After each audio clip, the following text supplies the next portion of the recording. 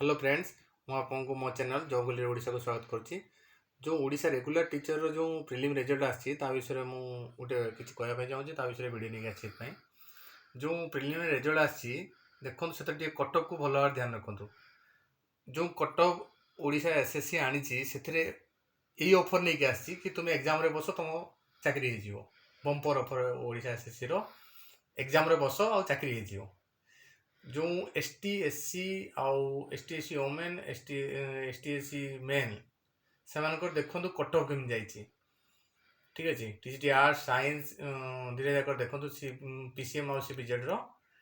ठीक अच्छे जे 0.05 रखिले भी से हाईस्कूल टीचर होगापी एलिजिबल।